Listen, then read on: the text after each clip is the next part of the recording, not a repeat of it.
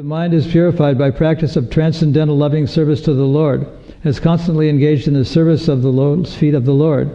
Then there is no more chance of the mind's producing another material body after death. It will be freed from absorption in material contamination. Then the pure soul will be able to return home back to Godhead. The verse again. Then he amalgamated all the sense organs into the mind. Then the mind into life, life into breathing, his total existence into the embodiment of the 5 elements, and his body into death. Then, as pure self, he became free from the material conception of life. Mukam karoti vachalam bhangam longayate girim yat kripa taraham bande Shri Guru dinatarane. We're reading about the Pandavas retiring, and it is mentioned earlier on that they attained the spiritual world, all of them, all 5 of them. They attained the spiritual world in the same bodies they had in the material world. They didn't have to change bodies like ordinary people have to do. In a sense, they were liberated people. They were what is called Jivan Mukta.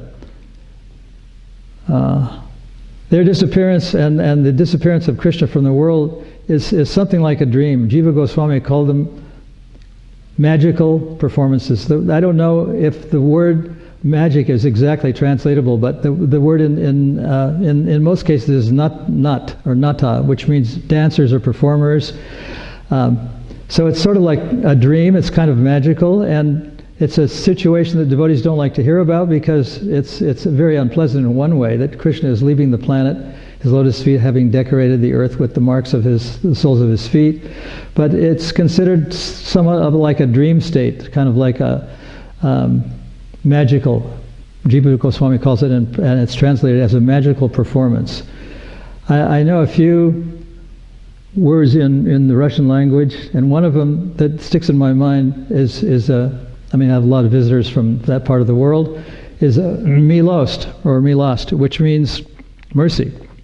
And the reason that I remembered it is because in English, it kind of has a certain meaning. Me lost, like I am lost. So everyone is kind of lost without the mercy of Krishna. And it's very instructive that in this verse, Arjuna is saying, in the purport at least, he's recounting how all his power without the mercy of Krishna is no longer existing. He was a great bowman and a great archer. Dronacharya considered him his best student. One of the ways he was considered the best archer was that and a good student was that he would focus completely on the target. He wouldn't see anything else but the target. Therefore, he was able to see through a reflection in water a very difficult target that was between him and the target was a wheel that was spinning around with large wooden spokes, and he was able to shoot an arrow through reflection into the target while looking downward and not up at the actual target. So this is a mark of extremely talented bowmanship. I saw a video once of a person who was so adept at archery that he could catch arrows in midair. He would jump and catch them even when they were flying at him at full speed. It's kind of a rare thing. And this video said that people wearing their quivers of their bows over their shoulders, like in the Robin Hood story, is actually not true. That the quivers were more or less at the thigh side or shoulder thigh side, the lower part of the body, and they could, expert bowmen could repeat them really quickly, one after the other. The Vedic knowledge about weaponry is very sophisticated compared to the modern, very gross forms of, and Prabhupada mentions this, gross forms of energy. Maharaj Dasarath could shoot an arrow, and he could only focus it on the sound of the target. He didn't even see the target. He could just focus it on the sound, and he after reciting certain mantras were used to activate these weapons, Vedic weapons. They were all based on sound principles of sound. They were not ordinary things. And now we have this process of water diviners. They could find where water is under the ground, but they were so expert in Vedic times that they could just fire an arrow into the ground, and they would know exactly where water was. Maybe it was everywhere in those days, but the water would come out of the ground as a result of an arrow being fired into the ground, an arrow that was saturated with certain Vedic mantras to designate what it should do. So there's a great mercy at the very start of Bhagavad Gita. Arjuna's was also, his mercy from Krishna was withdrawn, and he was made to act like an ignorant fool. And in lectures in the first chapter of Bhagavad Gita, Arjuna is described as a rascal and a fool, even though he really wasn't. He was actually very advanced and very intelligent and very wise. But in order for Bhagavad Gita to be recited, he played the role of an ignorant person, and Krishna played the role of his guru, giving a very wise instruction to the ignorant Arjuna, then ignorant Arjuna. But he wasn't actually ignorant. He was just playing the role of an ignorant person. So this is kind of magical too, that even though he was very intelligent and very wise and very devout, he was pretending like he was playing the role as given to him by Krishna of a very ignorant, ordinary person, unaware of how things are really, how they really are. This was so that instruction could be imparted, the Bhagavad Gita could be imparted.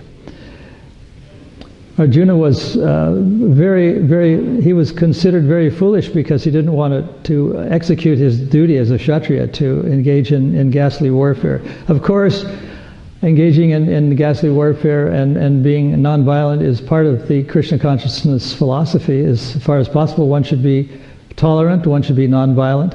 But in the case where Krishna is demanding the opposite, then one has to be, just like a police force has to be sometimes using violence. There's the story of Maharaj Parikshit when he encountered a person who was harming or torturing a cow. He actually drew his sword on and was about to kill him. So even though he was a Raja Rishi and non-violent by nature and very loving to all of his subjects, he was also a kind of policeman who had to enforce the Vedic law. If a citizen of the realm, and cows were considered citizens in those days, was being abused, then he would take action, the necessary action. So in this verse we're reading about how Arjuna was gradually preparing to go back to Godhead, and how he was he was freeing the mind from engaging in material activity.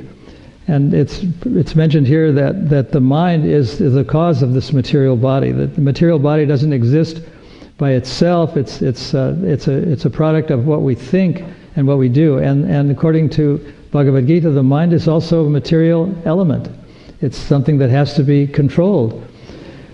When the brainwashing phenomena was in vogue, when the deprogrammers were fighting against the Hare Krishna movement, they called our process brainwashing, and there was a kind of a strange phenomena that Prabhupada said that yes, and devotees said that yes, we're actually washing their brains.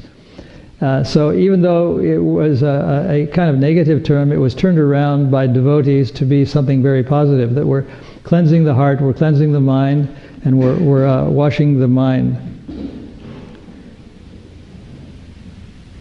So that's and now the movement against the Hare Krishna movement that was mostly propagated by the parents of devotees and probably to some extent other traditions is no longer existing. There are other challenges facing the Hare Krishnas at the moment, but not that one in particular.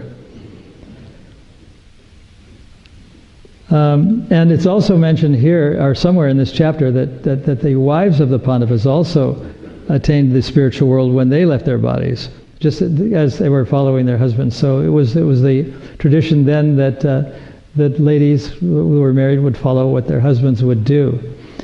So this is very instructive that he amalgamated all his sense organs into the mind. The mind is a very, very fickle and difficult thing to control. Someone said that we have something like 30-some-odd thousand thoughts every day, and it's really a lot of thoughts. And it works out to be like one thought or two thoughts every 2 seconds or something like that. It's actually a very two thoughts every second.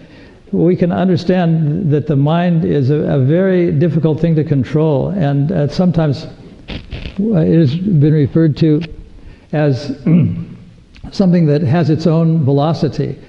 For example, we can attain a speed of, say, 1,600 miles per hour, and that's considered very fast. But that's the speed of the air, but the speed of the mind is even faster.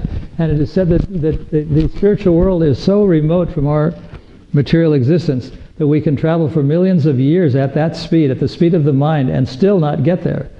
So it's a very difficult thing to obtain. But for one who is Krishna conscious, that can be obtained immediately. The spiritual world can be attained immediately.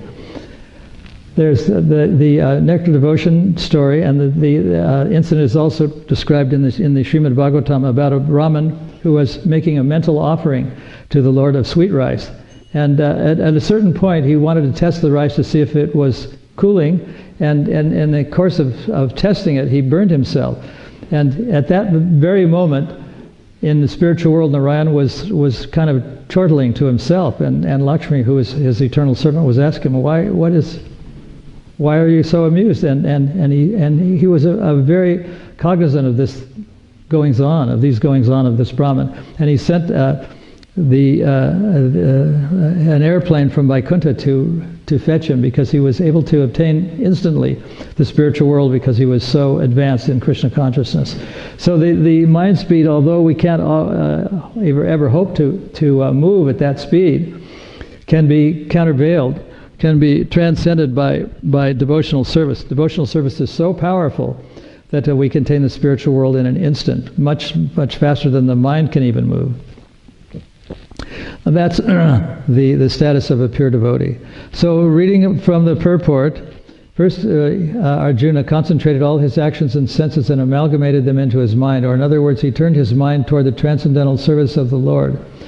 That is something that Prabhupada has taught us to always do by following the rules of devotional service, to train the mind to always think of Krishna, Manmana Madhvana Bhakto, that there is no other thought other than thought of Krishna. And as we recite every day in the Shikshastakam prayers by Lord Chaitanya, we should pine or very ardently aspire for the day when we can feel that the absence of Krishna is like many years, even though it's only one moment.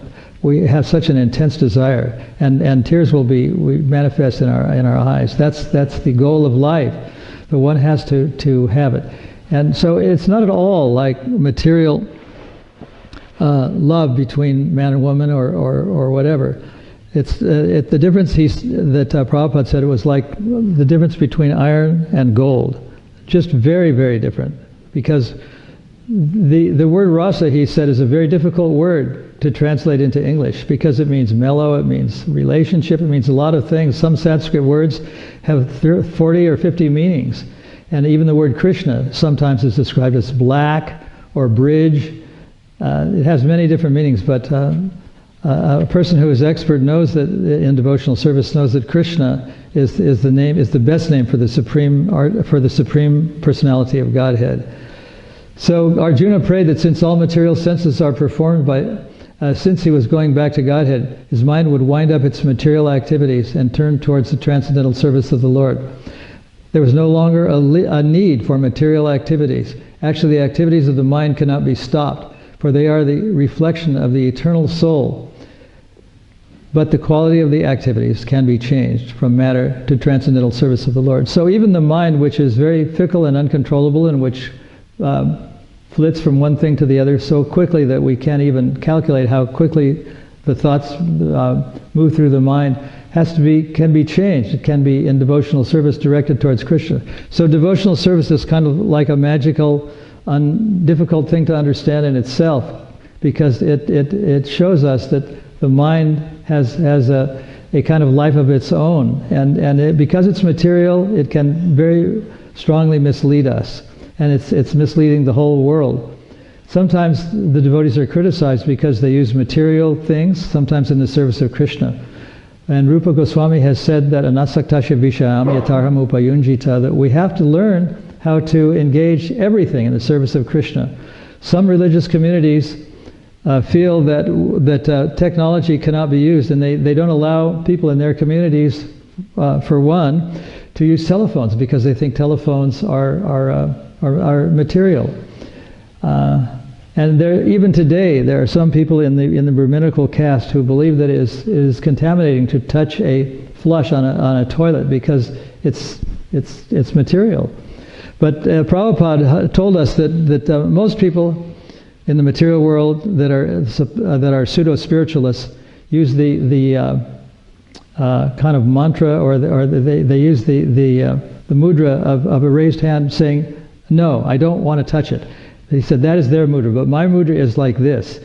Just whatever you give me, whether it's money, whether it's a knife, whether it's a weapon, whether it's a computer, whether it's an airplane, I'll use it for Krishna. So my mantra is give me more, and I'll use it for Krishna. That was what we learned devotional service actually is. It's not rejecting everything, but using everything for Krishna. And this is where some communities go wrong. They don't have a philosophy of yukta vairagya, of anasaktasya vishayam yatarham upayunjita. They don't know the difference between material and spiritual. So they have a kind of indefinite way of saying that certain things they can't be used, like telephones and flush toilets. They shouldn't be ever used. But if you want to use them, you have to use them outside of our community. So it's a kind of a wishy-washy way of saying that the materialism is wrong, but according to the philosophy of Rupa Goswami, it can be used even if it's material. Sometimes devotees are criticized for using airplanes, computers, automobiles, and microphones, and like this. But if it's used if these things are used for the service of Krishna, they become spiritualized. One time it was said that even the tape recorder that was used to record a talk about Krishna consciousness was spiritualized. Even the owner of the tape recorder, it was a tape recorder company that was being referred to, is getting the benefits. So the benefits of devotional service are very powerful. Prabhupada has even told us that if one is a pure devotee, then his generations, forward and backwards, 12, 40, 50 and 60 years are all purified, and they all gain liberation. So we don't have to engage in the Shraddha ceremonies or ceremonies to liberate the dead ancestors. They're automatically liberated if one becomes a devotee. Devotional service is so powerful.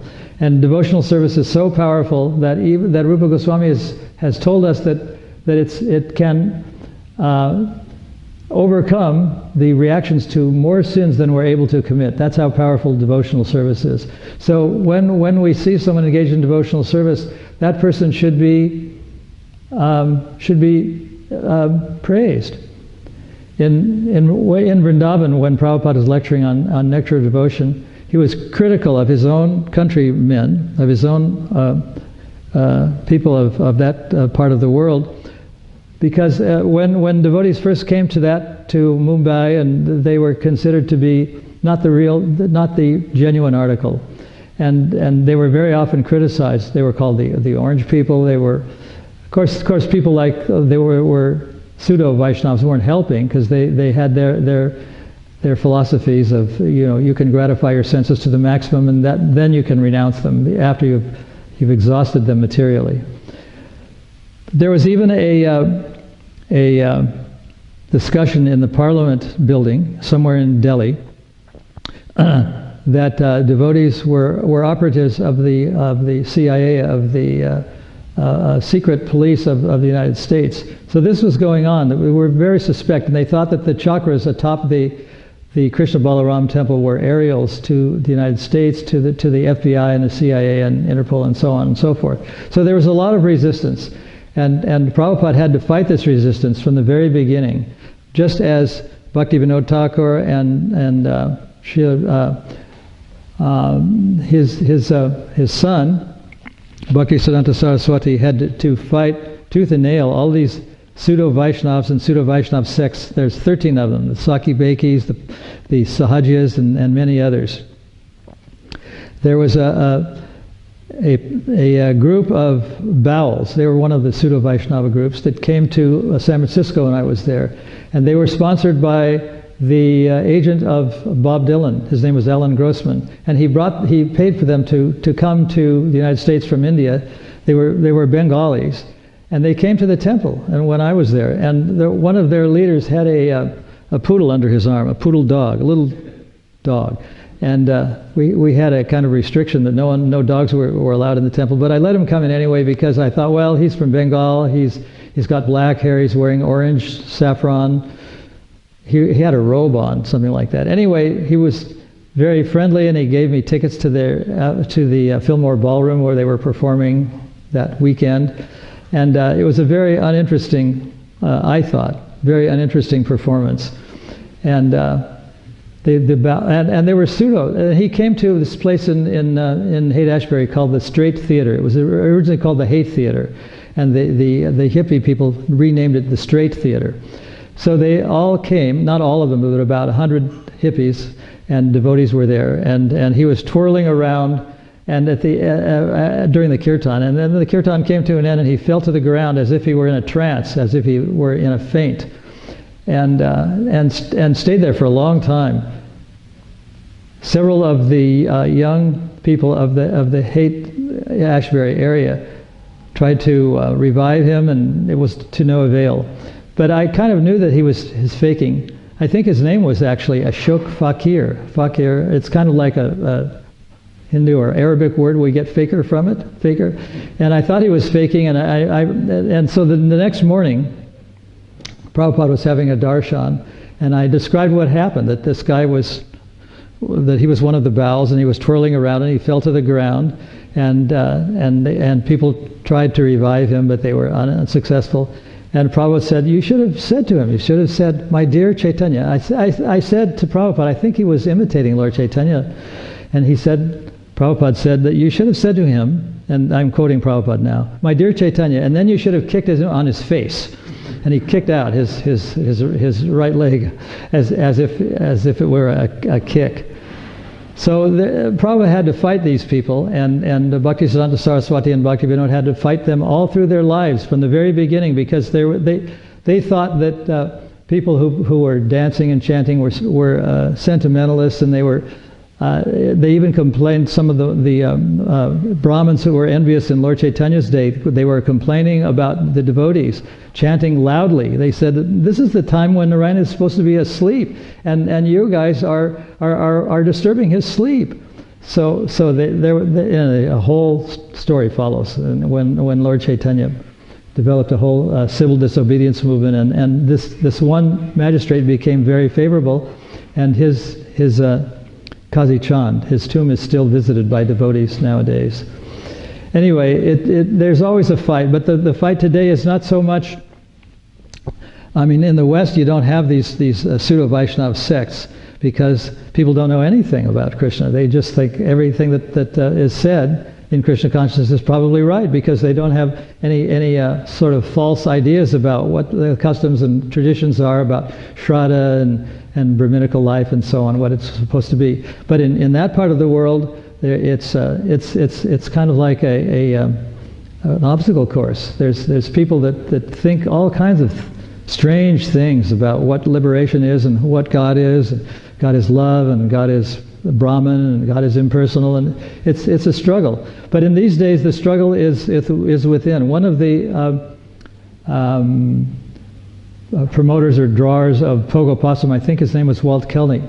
he was imitating a saying by a famous general or admiral in the United States Army. We have found the enemy and he is contained. And what this Pogo Possum said was, we have found the enemy and he is us. We have found the enemy and he is us. So it was a bit of a satire, but the us is the Maya that is within. With every step forward in Krishna consciousness, Maya is trying to take us away from Krishna. So the struggle is always going on. It's a struggle between Maya and devotional service. The more we try to be Krishna conscious, the more Maya is trying to pull us away from Krishna. So there is always a fight. So we have to develop this attitude according to Krishna consciousness philosophy. It's important to develop the attitude of a soldier, that Maya is trying to, is actually the enemy, and the soldier is fighting the enemy at every turn. That's real mind control. The enemy is not only Maya, but it's within ourselves. It's within the mind. The mind is very fickle, and trying to enjoy life, material life. But the devotee is fighting this concept. And as we were reading in the purport and in the verse, Arjuna was trying to make the mind null and void, in a sense, to one of the material objects, one of the material elements should no longer exist because it's misleading us, and therefore all the Pandavas were able to obtain the spiritual world in their material bodies, same material bodies, along with their wives. Subhadra and Draupadi are also mentioned. So I'm going to stop now, and if there's any comments, I know you can't make comments from afar, but in this room, if you have any comments or questions, I'll try to give some reasonably intelligent commentary or answers. Yes? Spoke about if we become pure devotee, then all our family members going back. I didn't say that. That's in the Srimad Bhagavatam. So I was just wondering how that works. Like if those people have no interest in Krishna or anything spiritual, do they just suddenly get an epiphany at the end of their life and then get liberation? Well, my understanding, which is not very understandable, it's not very, as far as I know, and it is not very far.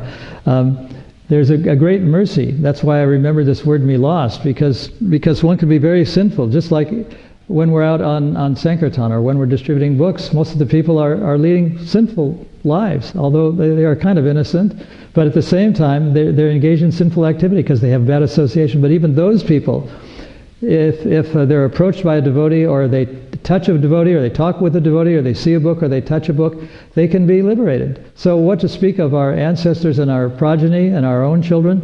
Of course they can be. By the mercy of Krishna, even though they're sinful, they can be liberated, even though they don't know anything about Krishna consciousness. That's the special prerogative of Krishna and the mercy of Lord Chaitanya. That Krishna is called the Patita Pavana, the resort of the fallen people. So mercy is actually a very strange phenomena, because we don't know where it's going to come and when it's going to come and who it's going to come to, but it does come. Somehow. Just like us people in the West, we didn't know anything about Krishna, and we were engaged in a lot of sinful activity, and somehow or other we encountered a pure devotee, and our lives were changed for the better. Not changed completely, but we got at least got on the path to a better existence. Yes. So people could use that as an excuse to just like ignore your family and just work on yourself and like not even engage, because they'll get liberated anyway. But should we still like maintain relationship and try and help them, or just focus on ourselves?